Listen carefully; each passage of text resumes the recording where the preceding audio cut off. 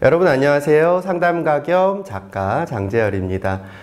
저는 2013년부터 올해 2024년까지 약 10년 6개월 동안 우리 사회 2030 청년 4만 4천여 명을 상담해 왔는데요. 이 상담해온 과정이 저는 우리 사회의 한 단면을 계속 볼 수 있는 기회였다고 생각을 해요. 제가 상담을 처음 시작할 때까지만 해도 많은 청년들이 주로 호소하시는 문제들이 우울증이나 공황장애 같은 정신질환이었는데 어느 날부터 특히나 이제 코로나19를 지나면서부터 가장 많이 호소하는 문제들이 번아웃 증상으로 바뀌는 것들을 발견을 했죠. 아마 제 생각에는 많은 이 일자리라던가 사회 구조적인 문제 속에서 청년들이 살기 힘들어졌을 때 우리 매체나 미디어에서 개인의 노력이나 동기부여를 강조하면서 청년들이 성장 강박을 느끼고 뒤처짐에 대한 불안감이 점점 고조되면서 자신을 혹사시키고 번아웃에 이를 때까지 무작정 열심히 달렸던 그런 번아웃 범람의 시대가 되지 않았나 이런 생각을 하게 됩니다. 그런데 이 번아웃을 제가 연구하면서 이 상태가 계속 오래됐을 때 가 닿는 최종 종착지가 어딘가 살펴봤어요. 그랬더니 상당수의 청년들이 고립으로 이어지더라 라는 것들을 목격을 할 수가 있었습니다. 근데 고립하면 여러분들 어떤 이미지가 떠오르세요? 저도 사실 이 고립이라는 것들을 제대로 연구하기 전까지는 영화 캐스트 어웨이를 떠올렸어요. 왜 그 섬에 홀로 표류하면서 그 톰 행크스가 정말 수염이 이렇게 나고 배구공 하나가 떠밀려 왔더니 얼굴 그려서 윌슨이라고 이름 붙이면서 대화하고 그렇게 완전히 고립된 상황들을 생각했고 저랑 비슷한 관념을 가지신 분들도 있고 또 한편으로는 정말 게임 중독에 빠져서 집 안에서 취업 준비도 하지 않은 채 부모님들의 속만 썩이는 한심한 사람이라고 생각하시는 분들도 굉장히 많습니다. 대표적인 발례가 인터넷 포털 사이트 기사에 고립을 쳐보면 댓글은 99% 악플들밖에 없다라는 것들이 그 반증이죠. 곰곰이 읽어보면 한 가지 문제점이 있어요.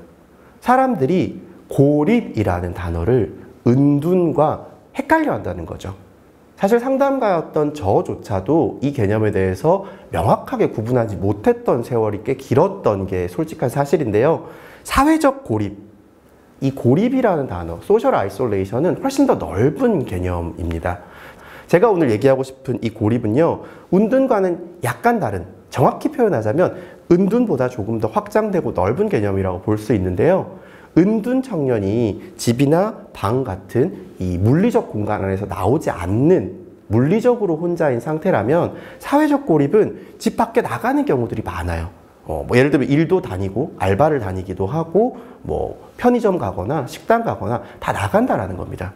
그런데 아플 때 또는 일상에서 큰 문제가 생겼을 때 아니면 크지 않은 문제들이 생겼을 때 누군가와 소통하고 위로받고 싶을 때 도움을 청할 사람이 아무도 없는 상태라고 보시면 돼요. 이걸 다시 한번 쉽게 말하자면 업무상 연락해야 될 사람이나 내가 월세 내는 집주인 같이 피상적 관계로 연락하는 사람을 빼고 나면 가족, 연인, 친구, 지인 같이 정서적으로 유대하는 관계가 모두 끊어져 있는 상태다. 이렇게 얘기를 할 수 있는데요. 제가 이 고립을 겪는 청년들에 대해서 연구를 하게 된 계기가 있었어요. 청년재단과 저는 함께 이 고립 당사자 그리고 고립 당사자를 옆에 둔 가족 100여 명을 실제로 만나고 인터뷰하는 과정들을 거쳤는데요. 고립이라는 것이 얼마나 다양하게 개인의 재산 수준, 취업 정도, 성격과는 무관하게 누구의 인생에서나 올 수 있는 것이라는 걸 알게 됐습니다. 저는 그래서 이 고립이라는 게 뭔지 그리고 내 주변 사람이나 또는 내 자신이 고립을 겪을 때 어떻게 다시 세상과 연결되어야 될지를 연구하면서 리커넥트라는 이름의 저서를 청년재단과 함께 준비하고 있는데요. 이 과정에서 제가 이 책에 담고 싶었던 제일 핵심적인 메시지는 고립이 개인의 나태나 무능의 산물이 아니라 성격 문제나 미취업 문제가 아니라 생에서 우리 모두 한 번쯤은 겪을 수 있는 동굴로 들어가는 상태 그 자체다라는 이야기였어요.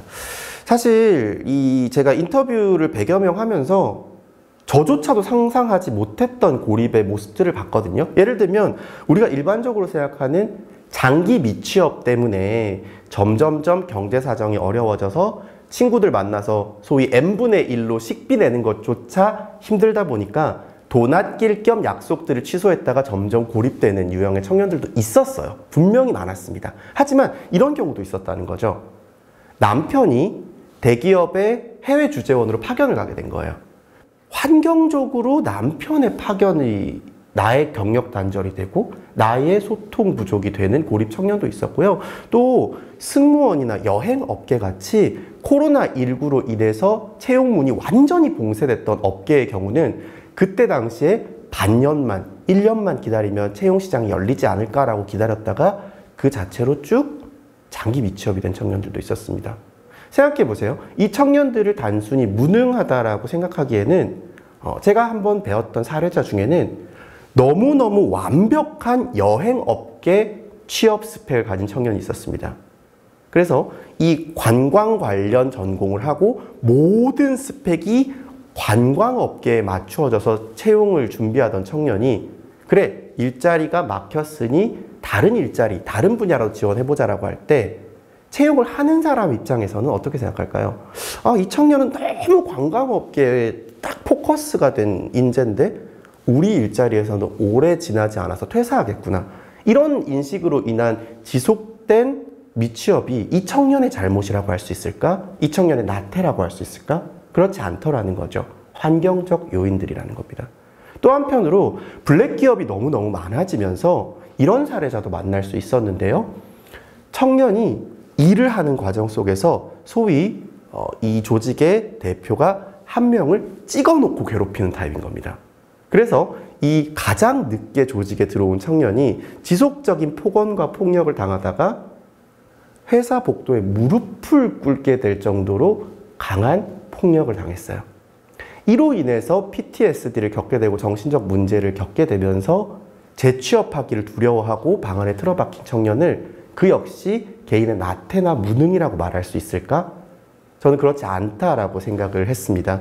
그래서 이렇게 사회적인 고립이라는 것은 개인의 성향과 기질 문제가 아니라 누구나 어떠한 환경에 맞닥뜨렸을 때 개인이 그 상황을 타개해보려고 노력해보고 힘써봐도 도저히 그 상황이 변하지 않는다고 느꼈을 때 자신을 보호하기 위해서 최후의 수단으로 웅크리는 것이다 라는 걸 좀 알게 됐죠.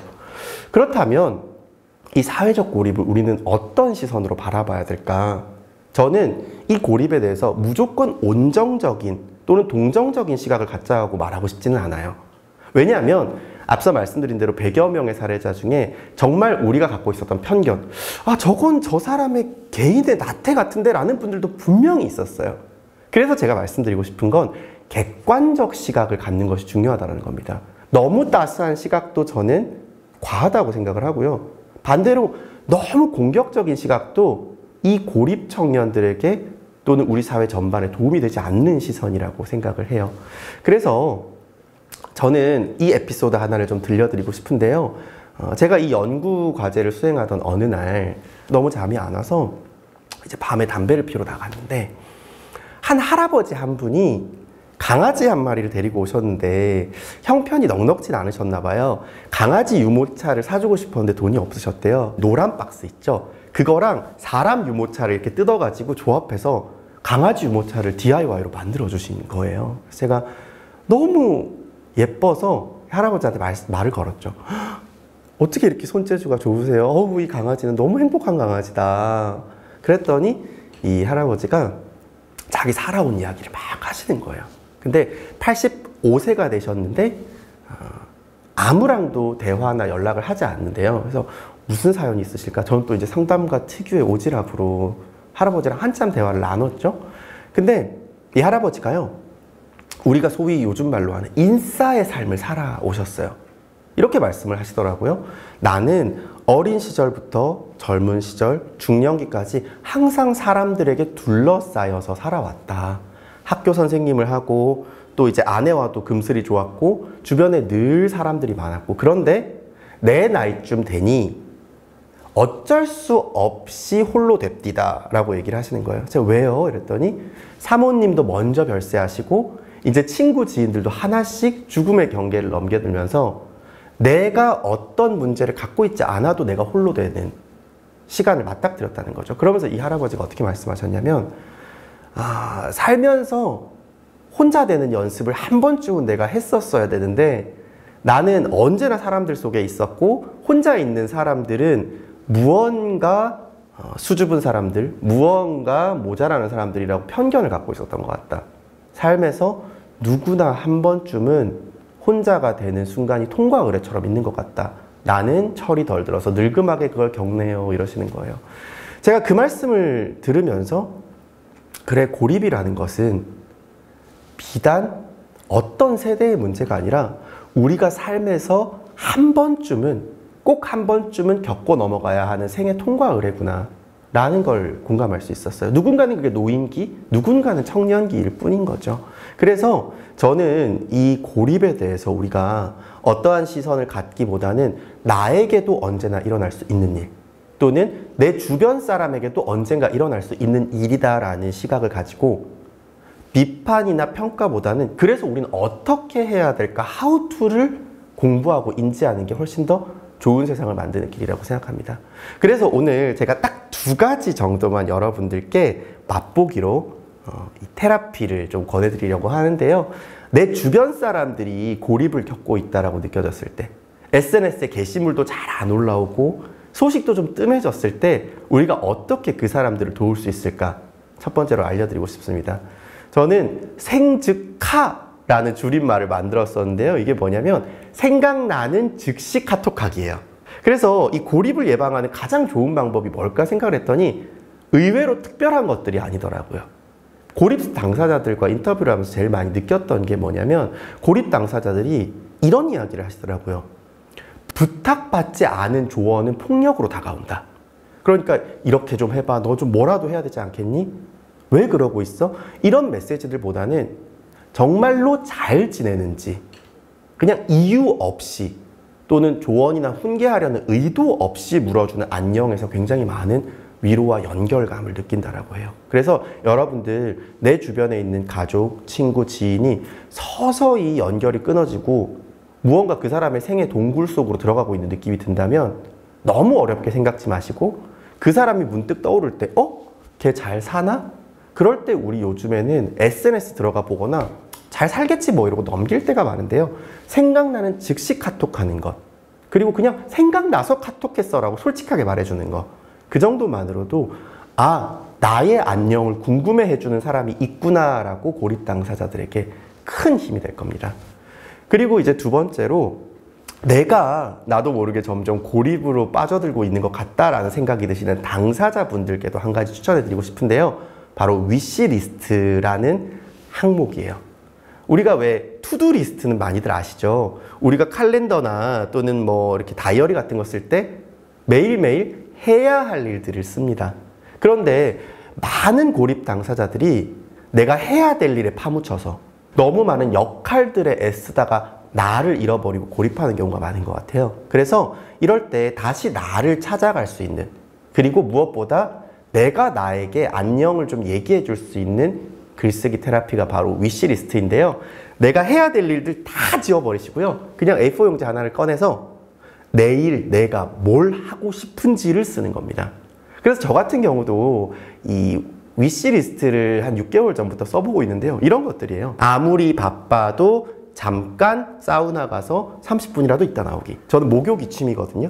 그리고 일과 일 사이에 시간이 뜨면 다른 할 일 미리 땡겨서 하지 말고 멍 때리기. 그리고 뭐 달콤한 과자 한 개라도 꼭 먹기. 그리고 밤 10시 이전에 핸드폰 꺼버리고 자기. 이렇게 내 마음속에서 지금 생산적이지 않은 것이더라도 원하는 것들을 듣는 주파수를 높이는 겁니다. 우리가 내 자신이 원하는 것의 주파수가 낮아지고 자꾸만 해야 할 일들에 매몰될 때 우리는 나 자신이 쓸모 있는 사람인가 쓸모 없는 사람인가로 스스로를 판단하게 돼요. 그리고 그렇게 됐을 때 내가 쓸모 없는 사람이라고 느껴지면 고립 상태에서 벗어나려 하지 않죠. 왜? 바깥 세상에 나가도 나는 여전히 쓸모 없는 사람일 테니까요. 그런데 내가 나를 그렇게 용도로 바라보는 것이 아니라 나의 니즈, 내가 원하는 것들로 바라보고 내가 나에게 원하는 것들을 채워줄 때 타인이 나를 보는 쓸모와 관계없이 나는 나에게 대접받을 만한 사람이구나 라고 자기 안에서 단단한 자기인식이 형성되는 겁니다. 저는 이렇게 오늘 여러분들께 사회적 고립에 대해서 이야기를 좀 전해드렸는데요. 마무리하면서 이런 얘기를 좀 드리고 싶어요. 고립이라는 건 특수한 대상들의 문제, 우리가 밖에서 이렇게 평가하듯 바라볼 문제가 아니라 사실은 모든 사람이 생에서 한 번씩은 겪는, 누구나 혼자가 되는 순간이 온다라는 것들. 그래서 나의 일일 수도 있고 저 사람의 일일 수도 있고 내 가장 가까운 사람의 일일 수도 있다는 것을 느끼는 그 감각이 중요한 것 같아요. 그래서 지금 누군가의 고립을 비난하고 왜 저럴까 한심하게 바라보는 나조차도 나의 삶의 어떤 순간에는 고립이 찾아온다라는 거 잊지 않으셨으면 좋겠어요. 그렇기에 내가 타인에게 또는 나 자신에게 계속 비판과 평가 대신에 안녕을 물어봐 줄 수 있는 그런 마음을 품을수록, 그래서 우리가 서로 사회적으로 안녕을 물을 수 있는 그런 문화가 될수록 우리는 고립된 사람들, 고립된 순간에서 벗어나서 리커넥트 될 수 있는 그런 사회로 나아가지 않을까 싶습니다. 감사합니다.